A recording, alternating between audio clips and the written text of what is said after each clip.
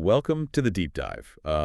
Whether you are, just a consumer trying to save some money at the grocery store, or you're a professional trying to pitch a massive idea to your boss, today's topic is an absolute game changer. It really is. And I'm so excited to get into this with you because we're exploring the hidden psychology of purchasing decisions, the real art of persuasion. Yeah, and to do that, we have an incredible stack of sources today.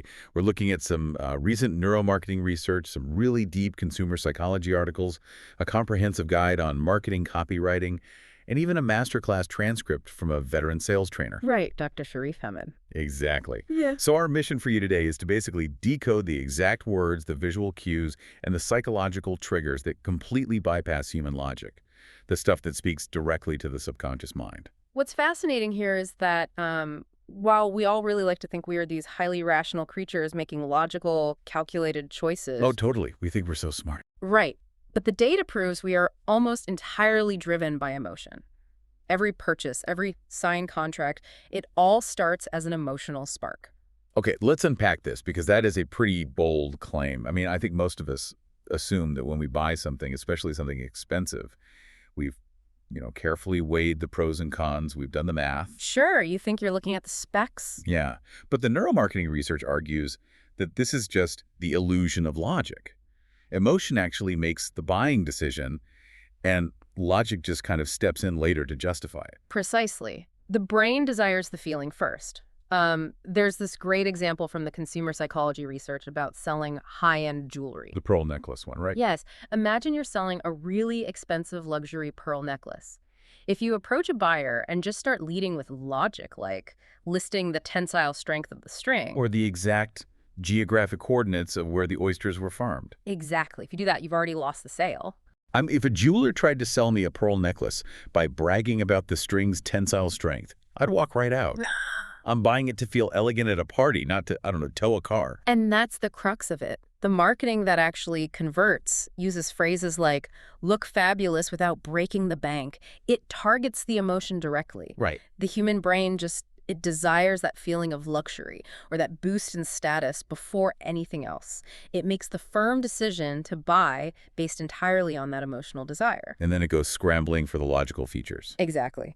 Only after the emotional decision is locked in does the brain go looking for the string quality or the pearl grading, just to prove to itself that the purchase wasn't a foolish mistake. We basically buy the feeling, and then we use the facts as our alibi. We trick ourselves into thinking we're rational. Right. And speaking of how the brain functions when we shop, we really have to talk about the paradox of choice. Oh, this is a huge one. Because if emotion drives the sale, you'd logically assume that giving you, the buyer, way more options would make you happier, right? Yeah. Like more choices means more chances to find that perfect emotional connection. That is the logical assumption, yeah. Huh? But the brain simply doesn't operate that way. The famous Columbia University study on consumer choices illustrates this perfectly. When you increase options, you actually decrease action. Think about what it feels like to walk into a little boutique that only sells one thing, like premium t-shirts. Right. You browse for 5 minutes, you find your size, and you buy one. It's totally effortless. But compare that to walking into one of those massive warehouse-style superstores selling absolutely every type of clothing imaginable. It's exhausting just thinking about it. You've got aisles of jackets, pants, hats, 10 different brands of t-shirts. You're actually much more likely to get overwhelmed and leave empty-handed. The underlying neuromarketing principle happening in your head at that superstore is cognitive overload. When the brain is presented with too many options, the sheer processing power required to evaluate all of them, to weigh the variables and make the right choice, it just becomes exhausting. It generates subtle anxiety. So by drastically reducing options, like just selling t-shirts, you prevent that overload. You make the path to purchase incredibly smooth. Exactly. It's all about removing roadblocks, and that applies heavily to the visuals we see too. Yes. The neuromarketing data points out that our brains rely heavily on visual trust triggers to feel safe making a decision. And apparently, nothing triggers us quite like faces. Human beings are biologically hardwired to seek out faces. We scan for them constantly to read emotions or assess threats. But the eye-tracking studies isolate one specific type of face that outperforms literally all others. Images of babies. Images of babies. It is always the babies. I mean, advertisers have known this for decades, but the eye-tracking data proves exactly how powerful it is. When an ad features a baby, viewers are biologically forced to focus longer and deeper. It captivates our attention on a deeply primal level. We simply cannot look away. And in digital marketing, that extra fraction of a second of focus translates directly to more time spent on a website. Which builds that unearned familiarity and invariably leads to higher sales. Exactly. But the visuals that influence us aren't just biological, right? They're also structural. The research dives into this concept of subconscious friction. Like even the fonts a company uses can kill a sale. Oh, absolutely. Think about the last time you tried to read a restaurant menu printed in a really chaotic, heavily stylized cursive font. In a dimly lit room. Yes, you probably felt annoyed before you even ordered your food. For sure. Your brain translated the effort of reading into a negative perception of the restaurant itself. That is subconscious friction in action. So if an advertisement uses a font that's complex or even slightly difficult to parse, the brain actually has to burn extra calories just to process the information. And the brain interprets that tiny bit of extra cognitive effort as a negative experience with the product. Using simple, bold, easy-to-read fonts removes that friction entirely. Because the easier it is to read, the more trustworthy the brain assumes the information is. Okay, here's where it gets really interesting, though. Let's hear it. If we move from the fonts and the baby faces to the actual vocabulary of persuasion, the consumer psychology literature breaks down some incredibly potent magic words. The undisputed heavyweight champion of them all being the word free. Yes, the word free possesses this weird gravitational pull that completely defies mathematical logic. Gregory Ciotti's pricing study demonstrates this phenomenon so brilliantly. Put yourself in the shoes of the people in this experiment. Researchers set up a table and offered you a choice between two chocolates. Okay. You could buy a premium, high-quality Lindt truffle for 15 cents or a standard Hershey Kiss for 1 cent. And faced with those prices, 73% of people chose the premium Lindt truffle. Which makes sense. You recognize the massive value of getting a fancy chocolate for just 15 cents. It is a purely logical, value-based decision. You're maximizing your return. But then the researchers altered the experiment. They dropped the price of both chocolates by exactly 1 cent. But wait, the math remains completely identical. The relative difference is still exactly 14 cents. Right, the math is identical. The Lindt truffle becomes 14 cents, and the Hershey Kiss goes from 1 cent down to 0. It is now completely free. And human behavior completely flipped. Suddenly, 69% of people abandoned their logical preference for the premium chocolate and took the Hershey Kiss. Even though the mathematical value didn't change at all, the word free triggered a wholly irrational response. It's wild. The brain doesn't perceive free as merely a price point. It perceives it as an absolute zero-risk scenario. There's no downside, so the brain finds it irresistible. It completely shorts out our logical calculators. We will literally leave a better deal on the table just to experience the safety of free. But free isn't the only psychological bypass. Robert Cialdini's book, Influence, highlights the bizarre power of the word because. Because is what we call a structural trigger. The human brain desperately craves reasons and explanations for everything happening around it. It wants order. Exactly. Cialdini's research reveals that simply using the word because, followed by a reason, and the remarkable part is it can be almost any reason. Yeah, that's the crazy part. It drastically increases compliance from the person you're talking to. It's the ultimate cognitive shortcut. The classic example in the sources is someone trying to cut in line at a copy machine. Oh, the copy machine study. Yeah. If you just walk up and ask to cut in line, people naturally get defensive. But if you say, can I use the machine because I need to make copies? Which is entirely redundant. Everyone is there to make copies. Exactly. But people just let you in. We hear because, our brain registers that a justification is being provided, and we just nod and comply without actually analyzing the reason. The mere presence of the word acts as a signal that the interaction is logical and justified. And if you combine that structural trigger with personal pronouns, you have a recipe for immediate action. Like the word you. Yes. Marketing that heavily utilizes the word you makes the pitch feel like an intimate, one-on-one conversation. And when you combine you with modifiers like exclusive or limited, you are directly targeting FOMO, the fear of missing out. You're basically telling the buyer, this is an exclusive offer just for you, but it's disappearing. That combination creates artificial scarcity. The brain panics at the thought of losing a unique opportunity that elevates its status. Think about the secondary market for older iPhones. The ones that are technically outdated, but still sell for massive premiums online. The buyers aren't paying for superior technology there. They're paying for artificial scarcity and this deep-seated desire to own something branded as exclusive. We fundamentally want what others cannot have. But there is a necessary strategic warning in the copywriting guides regarding words like best or compare. Right, they are definitely a double-edged sword. Words like best establish immediate authority, and telling your customers to compare you with the competition builds immense transparency and trust. But if your product is actually of poor quality, and you aggressively market it as the best, the psychological trigger will successfully get them in the door. But the ensuing reality will permanently destroy their trust. The backlash of a broken promise is way more severe than just never making the sale at all. It's a fast track to a ruined reputation. So it's fascinating to see how these trigger words manipulate us as buyers. But if we flip the script, put ourselves on the other side of the table. As the seller, Yeah. If you are the professional trying to make the sale, pitch the project, or secure the funding, how do you handle it when the person across from you throws up a wall and just says no? this is where the psychology gets highly tactical. The masterclass transcript from veteran sales trainer Dr. Sharif Hamid introduces a massive paradigm shift regarding how we interpret pushback. Most of us get deeply uncomfortable with the word no. We see an objection as the end of the road.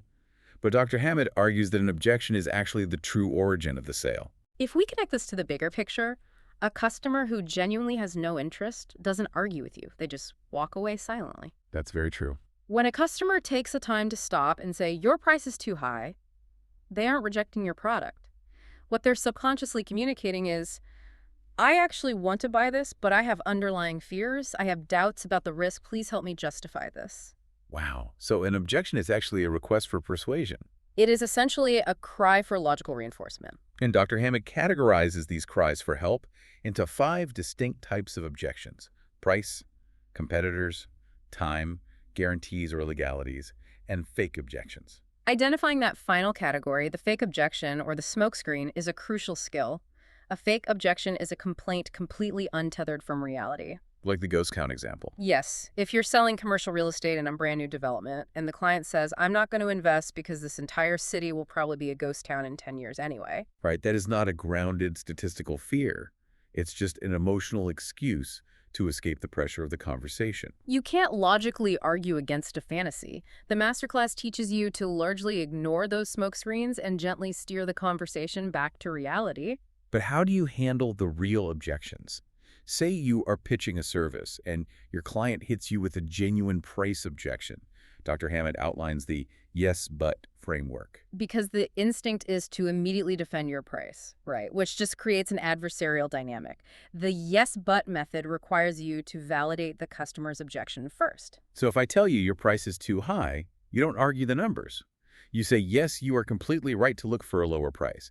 It's a big investment, and you're a smart shopper for protecting your budget. Exactly. You validate their intelligence, you make them feel respected, but then you pivot to the value. By validating them, you lower their defensive shields. Yeah. You ensure they don't feel foolish, Right. which makes them highly receptive to the logic you're about to present. The real estate section of the masterclass provides a brilliant, really granular example of this pivot in action. Oh, I loved this part. A client tells you they found a cheaper property down the street. You don't just say, well, our buildings are nicer. You break the justification down into 5 specific logical pillars to completely diffuse the price objection. Right. Instead of arguing the dollar amount, you shift their focus to the hidden risks of the cheaper option. Pillar 1 is develop a reputation. Who actually has the better track record in the industry? Pillar 2 is past experience. Has this cheaper builder successfully completed projects of this massive scale before, or are you their guinea pig? Pillar 3, which is huge, is financial solvency. Does the cheaper builder actually have the liquid cash to finish the job, or are they going to go bankrupt halfway through and leave you with a half-built concrete shell? That's terrifying for a buyer. Pillar 4 looks at the legal sequence of land ownership. Are the permits and deeds actually in order for that cheaper property, or is it tied up in litigation? And finally, Pillar 5 is actual project excavation progress. Are there tractors in the dirt moving earth right now, or is that cheaper price based on a beautiful drawing on a brochure? When you lay out those 5 pillars, you aren't just defending your higher price. You're exposing the cheaper price as a massive liability. You expand their perspective so thoroughly that the objection just dissolves. And to seal the deal, The masterclass emphasizes that the best closing technique isn't a monologue, it's an interrogation. Questions are the steering wheel of persuasion.